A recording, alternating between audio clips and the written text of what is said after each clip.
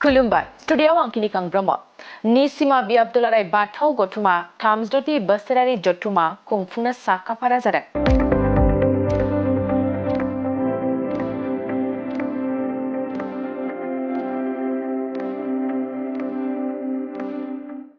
फैगौ फेब्रुवारि दाननि 11 आरो 12 अक्ट'खालि चिरां निसिमा आमलाइगुरियाव थानाय निसिमा बियाब बाथौ गौथुमनि थानसालियाव सानथामनि मेहेरगोनां हाबाफारिजों 33 बोसोरसालिया जथुमा खुंफुंनो साखाफारा जादों निसिमा बियाबा।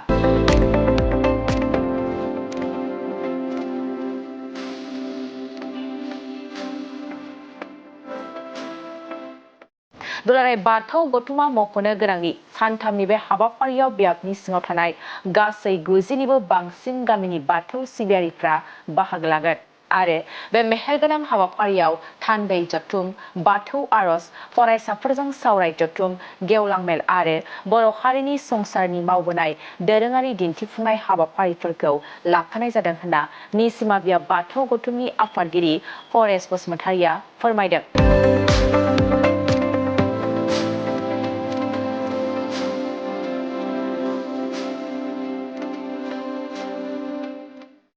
हाबाफारिनि नैथि सानाव फरायसाफोरजों सावरायनाय जथुमाव सावथुन मुलुगनि फावखुंगुर फैलाजे बरगयारी आरो दुलाराय बर' फरायसा आफादनि लोगो गाहाय नेहाथारि दिनेश ब्रह्म बिथांमोनहाबो बाहागो लागोन।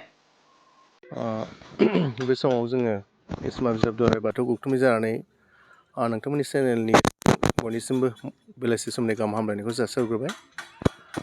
देग्लायहाय जोंहा थाखानाय जोंनि गौथुमनि हाबाफारि बायदियै देग्लाय 36थि बोसोरसालिया जथुमा आरो लोगोसे खेराइ फोरबो जों बेखौ खुंफुंनो थाखाय थाम थिम जागासिनो दङ।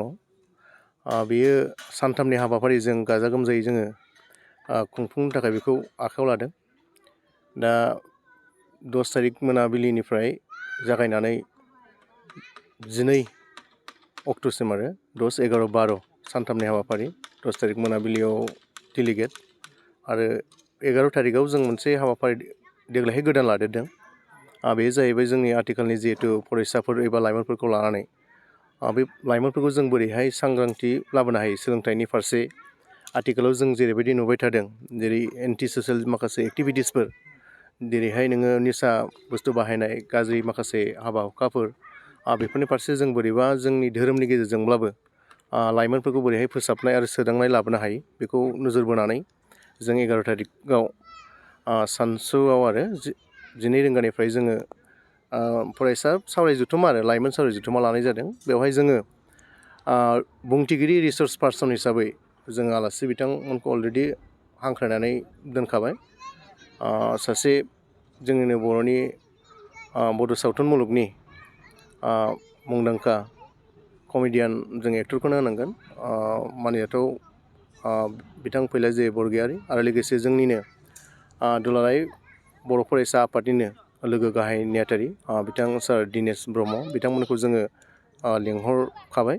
बिथांमोना फैनायनि थाखाय थाग थियारि जानानै दङ आरो 12 तारिखआव बे फेब्रुवारिनि 12 तारिखआव जोंहा गेवलां मेल दङ आरो बे गेवलां मेलावबो जोङो जयैनो सावरायनानै आरसि आरो जोङो गासै रायजो राजाफोर सावरायनानै जोङो आलासि हिसाबै एबार दुलाराय गौथुमनि गाहाय नेहाथारि बिथांखौ जोङो हांख्रायहरदों आरो बिदिनो गोबां माखासे आलासि बिथांमोन दङ, जेरैहाय जोङो जोंनिनो लकेलनि MLA सार निर्मल कुमार ब्रह्म बिथाङाबो बाहागो लाफैगोन आरो जोंनिनो चिरां जिल्ला दुलाराय बाथौ गौथुमनिनो गाहाय नेहाथारि मानव गेदेर सार मन'लाल बसुमतारी बिथांमोनाबो बाहागो लाफैगोन आरो जोङो बिदियैनो 12 तारिखनि मोनाबिलियाव जोंहा थाखानाय हाबाफारि बायदियै जोङो जोंनि दोरोङारि खेराइ फुजा जोङो बेखौ मोनाबिलियाव होगोन।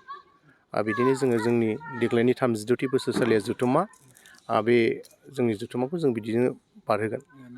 बेखौथ' बुंनांगौ गैया बायदि मोनो आङो। थारमाने जोंनि निसिमाया खारबोजेननायनिफ्रायनो आरो बाहाय जेब्ला हादान सिफाय फैनायनि उननिफ्रायनो बर'निनो गुदि धोरोम बाथौ धोरोमखौनो गोबानानै दिनै सोलिबोबाय थादों आरो दिनैहाय थांनाय समफोराव जों बेबायदि गौथुम दानानै बा गौथुम गैयै समाव बेबायदि जों ज' जानो हायाखैमोन।